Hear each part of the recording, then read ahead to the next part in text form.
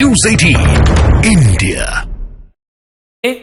क्या कुछ बड़ा होने वाला है क्या? आज झारखंड की कर रहे हैं ये सवाल इसलिए क्योंकि झारखंड में इस समय सियासी हलचल बहुत तेज है। झारखंड के मुख्यमंत्री हेमंत सोरेन ईडी की गिरफ्त में है। ईडी की गिरफ्त में उनकी कुर्सी जाने के बाद अब सरकार पर भी खतरा मंडरा रहा है। सबसे पहले आपको झारखंड के इस समय के 5 बड़े अपडेट एक बार जल्दी से बता देते हैं।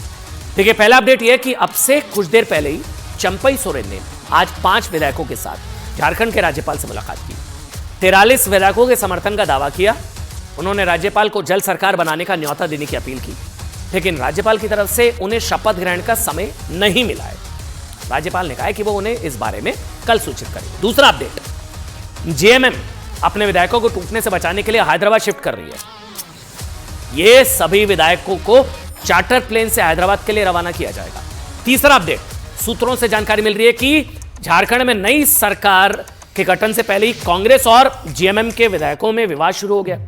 कुछ विधायकों ने पुराने मंत्रियों को नई सरकार में शामिल करने का विरोध कर दिया है कि झारखंड में अब जो नई सरकार बने उसमें नए विधायकों को जगह दी जाए। चौथा अपडेट, ईडी ने हेमंत सोरेन की 10 दिन की कस्टडी मांगी।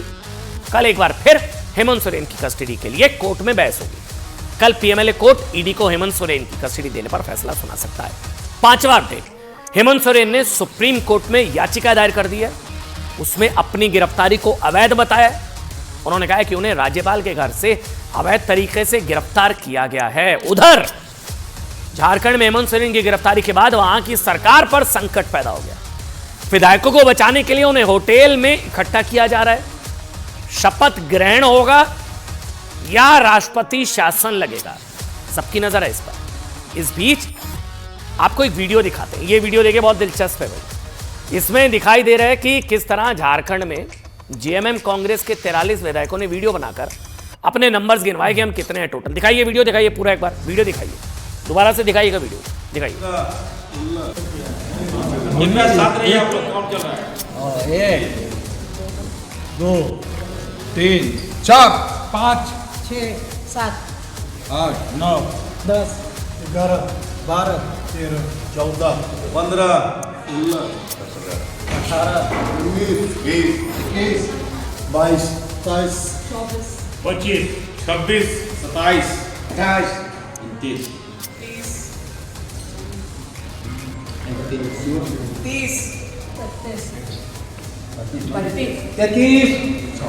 35 36 38 39 40 41 42, 43 43 कुछ विधायक बड़े बेमन से बोल रहे थे।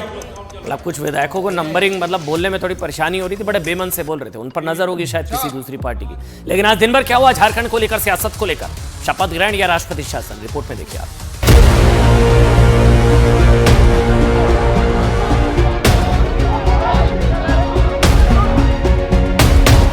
मुझे गिरफ्तार करने का उन लोगों ने फैसला सुनाया, और किस विषय पर? ऐसे विषय पर जो चीजें मुझसे जुड़ी ही नहीं। जो आदमी भारतीय जनता पार्टी से लड़ेगा उसको किसी न किसी षड्यंत्र में फंसाकर जेल में भेजा जाएगा। मोदी जी की सरकार है, जो भी भ्रष्टाचार करेगा, चाहे वो भारतीय जनता पार्टी का भी कार्यकर्ता होगा, वो सब सलाह। केवल ये विक्टिम कार्ड खेलने से कुछ नहीं होगा। आपने आदिवासियों के साथ अन्याय किया है। पॉलिटिकल इस्तेमाल हो रहा है इंडिपेंडेंट एजेंसीज का। सरकार गठन करने के लिए दावा पेश किया है। हेमंत सोरेन की गिरफ्तारी के बाद अब उनकी सरकार पर भी खतरा मंडराता दिखाई दे रहा है। सबसे बड़ा सवाल यही है कि सीएम की कुर्सी तो गई, अब क्या हेमंत सोरेन झारखंड में अपनी पार्टी की सरकार बचा पाएंगे?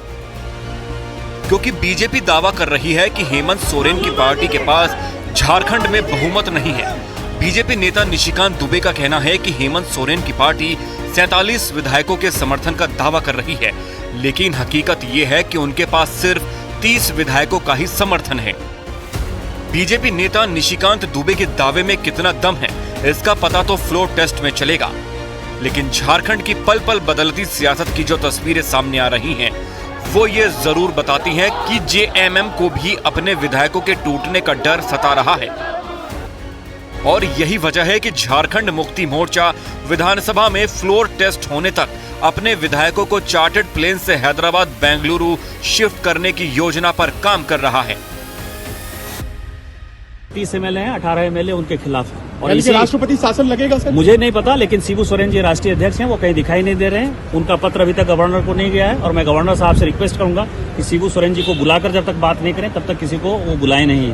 8:30 बजे शाम को दिए नया सरकार गठन करने का दावा पेश किया था, उसी को जल्दी बहुत लेट हो गया कि 20-22 घंटा हो गया, इसलिए इसको